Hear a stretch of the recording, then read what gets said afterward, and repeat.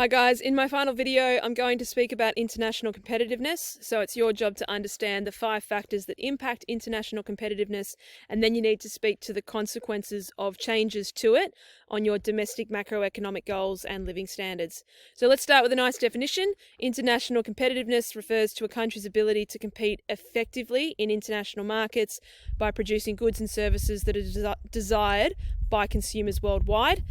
And it really all stems from this. So again, we keep coming back to our AD-AS diagram, which tells us so much about not only our domestic macroeconomic goals, but living standards. Now, international competitiveness at the core is all about offering, the greatest range and the highest quality of products, but at the end of the day, at the cheapest price, okay? So we're talking about inflation, and we're talking about how we become more internationally competitive, where we are able to achieve effectively this outcome. So if you have a look at the factors that you need to know, you need to be able to tie those stories back to changes in our aggregate supply side curve, and then shift it either left or right, and then draw your conclusions to international competitiveness. So we'll get started with productivity. We've already seen this, obviously, when we looked at our aggregate supply side factors. So productivity refers to the increase in output per unit of input over time. So we're talking about our factors of production being used better, right? So we're better able to use our land, labour, capital and enterprise in its current form to achieve more output. So an increase in productivity will allow for a decrease in the cost of production per unit produced, okay? So that average cost per unit is going to go down if you can facilitate that by better using your factors of production to produce more output. So it allows for an increase in output, which leads to an increase in AS, which we saw on the previous slide. So an increase in AS creates a surplus of goods and services across the economy, and this is what puts the downward pressure on prices. And if we can nail that, then we're going to be more internationally competitive. Production costs is your second factor. So to remain competitive, Australian producers target decreases in production costs, for example, through improvements in technology, looking to target those production processes so they're more innovative and more efficient, because if we can do that, then we're able to decrease that cost of production once again. And where we can do that, we can increase output, and then we can increase aggregate supply. And just like the previous slide, team, if we're able to increase aggregate supply, we have that surplus of goods and services, which puts that downward pressure on prices and makes us more internationally competitive.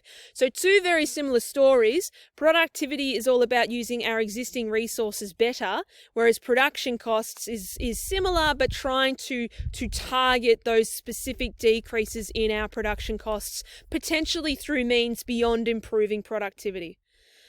Availability of natural resources is our third factor. So again, talking about Australia, we're a relatively rich country in terms of natural resources. We have lots of commodities that we use in our production processes, which means we have an advantage relative to countries that don't have access, that need to go out and then, source these inputs. So this allows for us to enjoy lower production costs for mineral commodities. All right. When I say mineral commodities, we're talking about coal, iron ore, aluminium. We're also abundant in productive land for grazing, so we're able to produce agricultural products at a relatively lower price. So looking at these 2 industries specifically, our mineral commodities and our agricultural commodities, we tend to have an advantage relative to other trading partners because we are well endowed with those natural resources that lend themselves to us having access to lower costs of production. So we are more internationally competitive in these spaces purely by luck of having access to these resources. All right, exchange rates are making another appearance. So these are going to impact international competitiveness in terms of our purchasing power, right? Remember, exchange rates always comes back to purchasing power. So when the Aussie dollar depreciates, the purchasing power of our trading partner increases, and therefore we just by nature look more attractive. So if our dollar takes a bit of a nosedive, our international trading partners go, beauty, our currency is now appreciated against the Aussie dollar. We've got better buying power, we're going to go shopping in Australia. So we see an improvement in our international competitiveness when the Aussie dollar depreciates. The opposite is true. When the Aussie dollar appreciates, it's not great for our trading partners. Australian goods and services become more expensive, and suddenly we're not as competitive compared to other countries that produce similar products that may have a better currency conversion compared to that international country. So you can see the trade weighted index down here, and I've just highlighted two extremes on the graph. We can see sort of the later parts of 23, we had that depreciation, which makes us more competitive. And then early 24, we had that appreciation, which makes us less competitive. So just thinking in those terms. The other factor is the relative inflation rate. So just cast your mind back to inflation being the general increase in the price of goods and services over time. Relative means we're comparing Australia's inflation rate to other countries.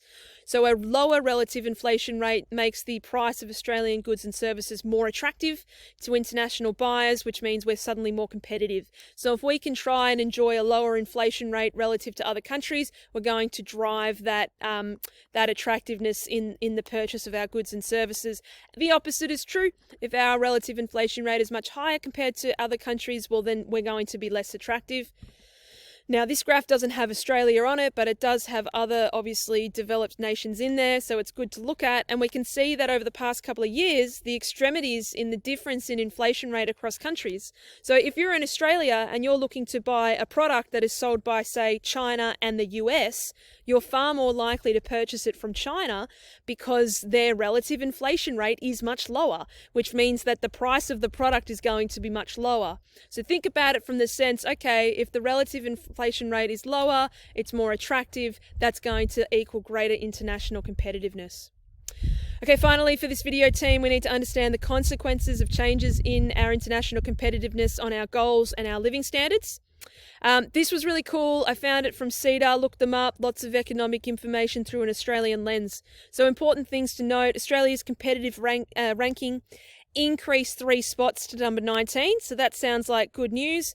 Back end of that, it comes after Australia received its lower ever competitiveness ranking in 25 years in 2021. So although there's been a bit of good news lately, ultimately we've been slipping in terms of our international competitiveness. Our terms of trade driven by strong commodity prices, employment numbers and pandemic recovery have led to some short-term good news stories. However, when compared to top performing countries, that long-term and well-known weaknesses in our policy environment are holding us back. So Australia's future competitiveness is not assured without lifting our game on areas such as technology, energy, skills and training, entrepreneurship, tax and productivity.